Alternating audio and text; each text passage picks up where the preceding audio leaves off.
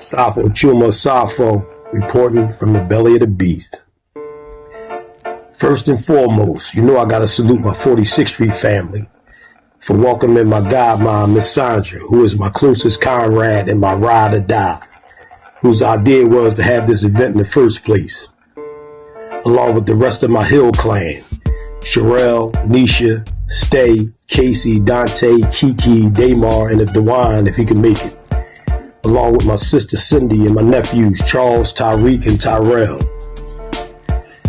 In many ways, this is a full circle moment, given that the very building in which this event is being held was named in honor of Tiffany Fletcher, a young sister who lost her life while looking out for other young people.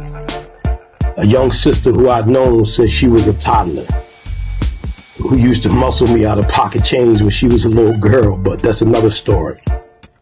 But seriously though, the fact that a mural of her beautiful face graces the side of the building is fitting. It is as if she is present and welcoming to all who enter into this space. So today we honor the space that bears her name. To Lil Man, Sherm, and Miss Geraldine, shit, y'all already know. My cousin / brother Steve and his wife April, who is now my sister, y'all already know. My cousins EJ and Paul, again, y'all already know.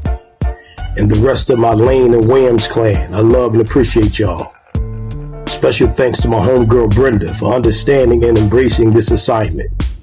And to Kenya, I see, even from the shadows. My brother Samir, aka Abiade, who always represents, along with my goddaughter Seven. To my old heads who make up the Men of Mill Creek Collective, who basically raised me, much respect. And to the Mill Creek Incorporated Collective, I see y'all.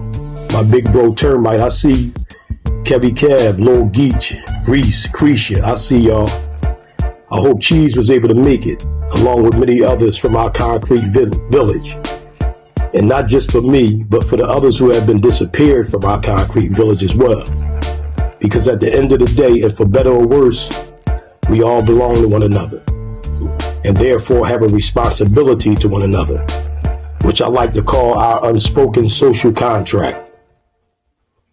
I do realize that circumstances and systems beyond our collective control have worked to divide and individualize us.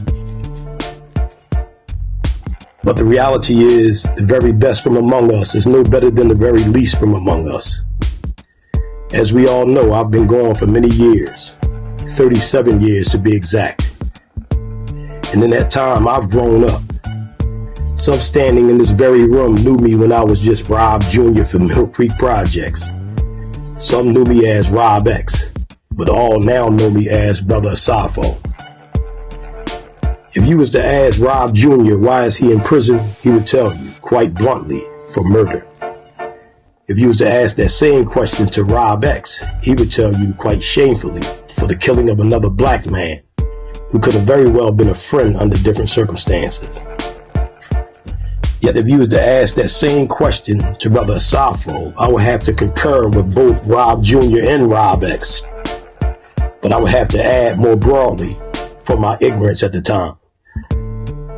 An ignorance of a system that sets black men on a collision course with one another.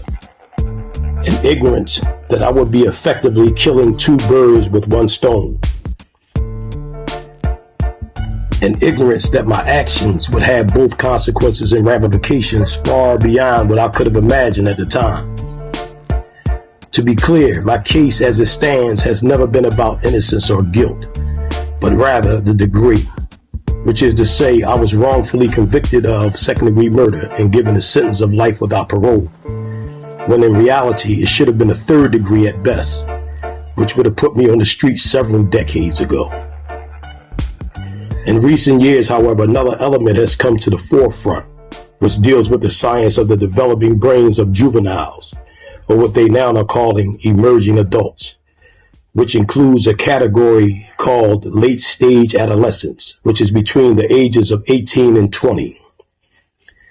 And being 19 years old at the time of my arrest, this new element informs my latest appeal efforts, which brings us to this fundraiser today. I figured if I can't call them my own people, hell, who the hell can I call them?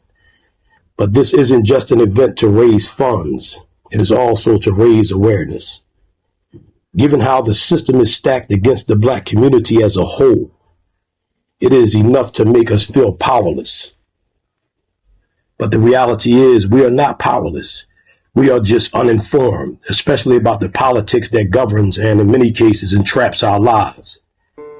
In fact, I invited a few brothers who are involved in organizations geared toward empowering prisoners, their families, and by extension their communities who can speak to this. My main man Don in the Elevation Project, my brother Shakur and Hick, co-founders of SEL4, my comrade Muti, who was always on the front lines for our people in the legal arena and beyond. Some friends and comrades wasn't able to make it because of other obligations, but did make contributions, which are greatly appreciated. But I hope my brother Lou was able to make it, as well as Sloan, along with Sharif, Juan, Smoke, Frank Nitty, brother Zaki, Elder, Muhammad, and a few others, as well as my aunts, Cheryl and Ivy. Also, copies of my latest book, Born to be a Revolutionary, a journey from street hustler to freedom fighter, should be available there. This book is to show that there is a way forward, especially those trying to revolutionize their way of thinking, coming from someone who made a moral, political, and cultural breakthrough. I just hope that I did my family and my 46th Street family proud. To Mama Lynn, Nasir, my sisters Trey Wilkerson, Karen Kanyas, and all of my nieces and nephews, many of whom may not even remember me, but I remember y'all, and I love y'all.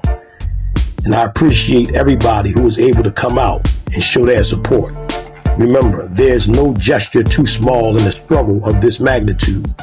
So your prayers, well wishes, du'as, meditations, and simple notes of hope are more than sufficient. Hell, they may very well be the deciding factor.